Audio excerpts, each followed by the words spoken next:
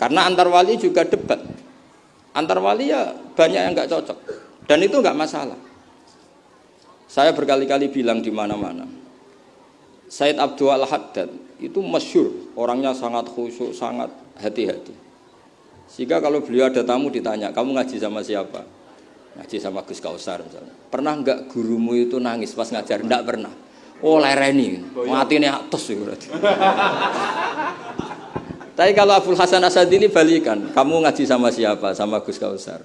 Pernah senyum enggak? Pernah tertawa enggak? Enggak pernah. Lereni, berarti wong ra iso syukur katanya. Jadi Abdul Hasan Asadili itu seneng guru yang agak-agak uraan, yang sewantai, yang karena dianggap ekspresi apa? Syukur. Kalau Said Abdul Haddad gak suka seperti itu. Koyok seradi dosa ya guyu. Ini dua kutub besar dalam tradisi wali. Dan itu enggak masalah. Saya punya kitab indukannya Imam Ghazali itu banyak, termasuk kitab Nihayatul Matlab fi Dirayatil Madzhab karangannya Imam Haromen. Itu yang direvisi Imam Ghazali sebagai muridnya juga banyak.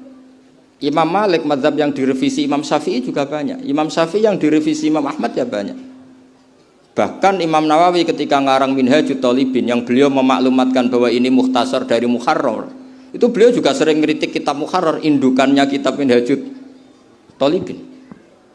Sehingga beliau ngintikan kultu al-asoh kada wal asoh kada. Tapi ya tadi kamata dinu tudanu. Akhirnya Imam Nawawi ya nasibnya agak sial. Kitab Minhajut Thalibin itu digubah oleh Zakaria Al-Ansori, namanya Manhajut Tullab. Itu ya akal-akalan toh. Minhaj sama Thalibin, yang satu pakai masdar minhaj, yang satu pakai jamak mudzakkar salim Thalibin. Terus dirubah Zakaria Al-Ansori jadi Manhajut Tullab. Itu kan akal-akalan toh. Thalibin kalau dijamakkan taksir kan memang Tullab. Thalib kan boleh Tullab, boleh Thalibin. Dibully sama Zakaria Al-Ansori, wa takfiri bidzalik aulami takfiril asli kada wa kada. Zakaria Al-Ansori nasibnya baik karena setelah beliau sudah ada orang alim. Jadi tidak ada yang ngelawan kitabnya. Jadi sebenarnya kalau ada orang yang alim kayak beliau mungkin jadi bully juga, berhubung nggak ada ya aman apa? Aman. Alfiyah juga gitu, kurang terkenalnya Imam Sibaweh, presidennya ilmu nahwu. Tapi Imam Ibnu Malik ya biasa bully. Kada kakhiltanihi wattisolan akhtaru ghairi ikhtaro infisolan. Ya biasa saja beliau. Padahal maksudnya ghairi itu Imam Sibaweh. Biasa beliau bilang wa'autu khafidin la ta'atfin ala dhamiri khafidin laziman qad ju'ila walisa inti laziman. Ya biasa seperti itu.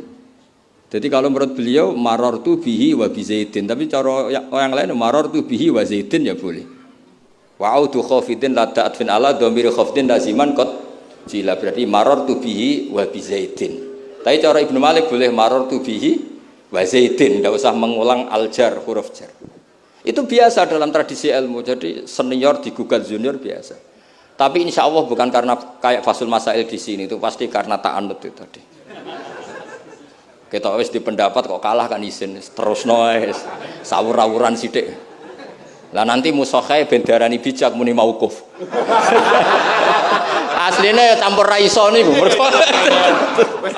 hafal ya. Karena saya jadi musokhai berkali-kali, jadi saya tak bingung wis muni mauquf. Dan ini tidak ngeritik, ini fakta. Jadi sama tidak usah tersinggung. Tersinggung malah beneran orang udang meneh. Wong kula niku diundang mriki pun mboten pati ikhlas gara-gara sesuk kula teng Sedan. Gara-gara jual nama Gus Kausar. Waduh. Sekolah nu pengapesan nek pernah apalagi kemarin ya sering lah saya ketemu beliau di Mbah Jamil. Kalau di sana menang saya karena saya Sohibul Bait. Pernah callnya Mbah Hamid, mertua beliau yang isi saya. Beliau mustame'. Ini takdir karma tadi. Itu bisa diviralkan. Gus Bak ngaji Ihya sama Gus Kausar.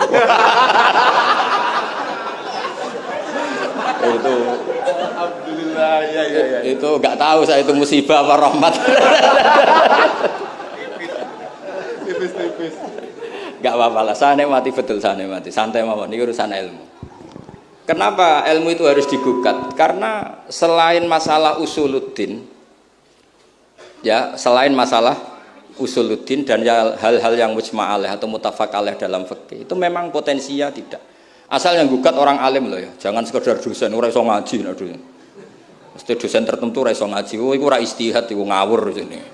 Istihad itu harus ora alim. Alim itu apal Quran, apal ribuan hadis, apal kutubus sittah. Terus khatam Ihya. Maksudnya khatam dari awal ngaji sampai akhir.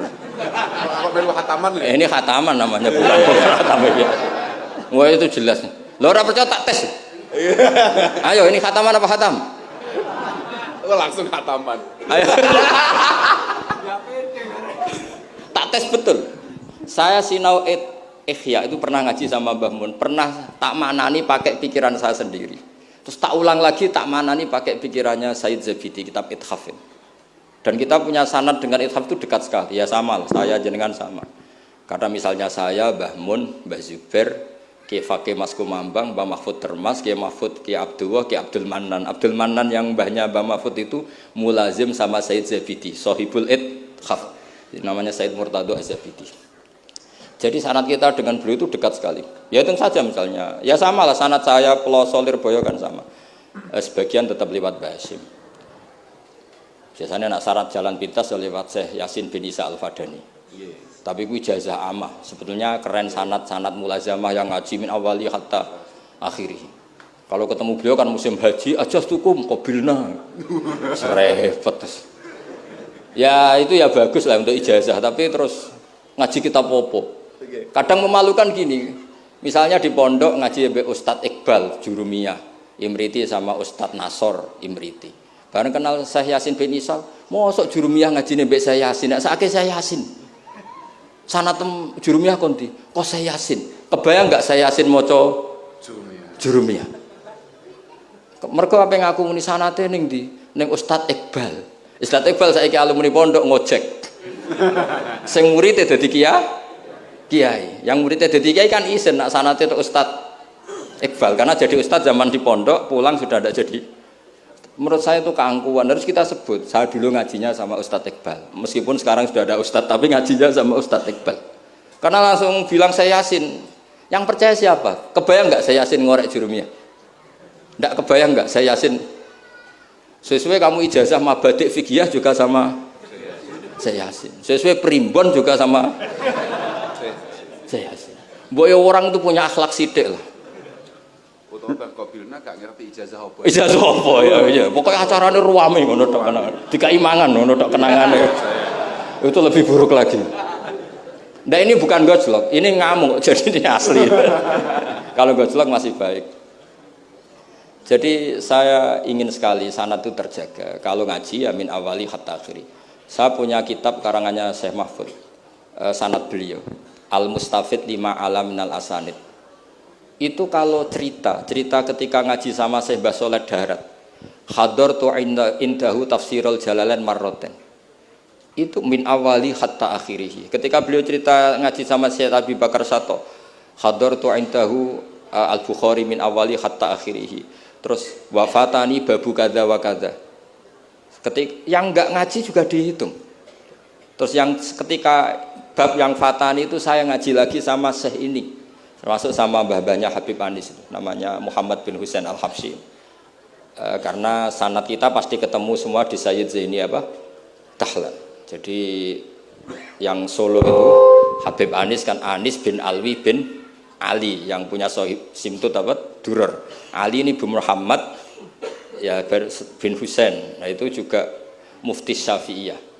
Jadi insya Allah sanad seluruh Indonesia itu sama, termasuk sebetulnya Muhammadiyah. Tapi Muhammadiyah kan terus man ba'dahu ini terus tidak ngaji. Man ba'dahu setelah siapa itu? Mbah Dahlan tidak ngaji. Sebenarnya sanadnya sama. Dulu Mbah Dahlan itu yang ngajinya bareng Mbah Hasyim. Yang Mbah Hasyim lebih mulazamah ke Syekh Mahfud, sing Mbah Dahlan lebih mulazamah ke Syekh Khotib Minangkabau. Syekh Khotib Minangkabau terlalu modern, beliau berafiliasi ke gerakan Muhammad Abduh. Jadi agak-agak sudah tahu gerakan Ikhwan.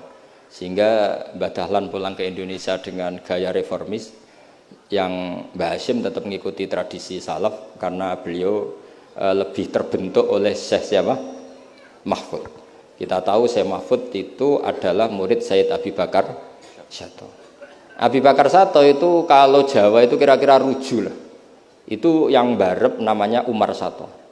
Said Umar Sato itu yang gurunya Mbah Mat, mbahnya Mbah Mun. Mbah kandungnya Mbah Mun dari ibunya namanya Ahmad bin Syuaib. Itu dulu mondok di Mekah, muridnya Said Umar Sato. Dan itu beliau nggak pernah ngajar kitab besar, nggak pernah ngajar Ikhya atau kitab-kitab besar. Beliau mau ngajar kitab yang bisa dihafalkan. Jadi kalau muridnya nggak sanggup muhafadzah, nggak mau ngaji beliau. Makanya kita ini wajib menghafalkan, itu sebenarnya ya korban dari tadi. Jadi muhafadzah itu bagian dari itu. Tapi ini korban baik, untuk korban baik. Cuma kritik saya pada pondok-pondok, itu muhafadzah sekarang itu menjadi syarat kenaikan kelas.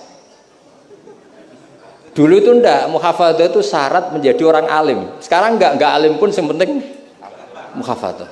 Akhirnya banyak yang hafalannya alfiyah hafal tapi ora paham alfiyah, sing paham ora hafal.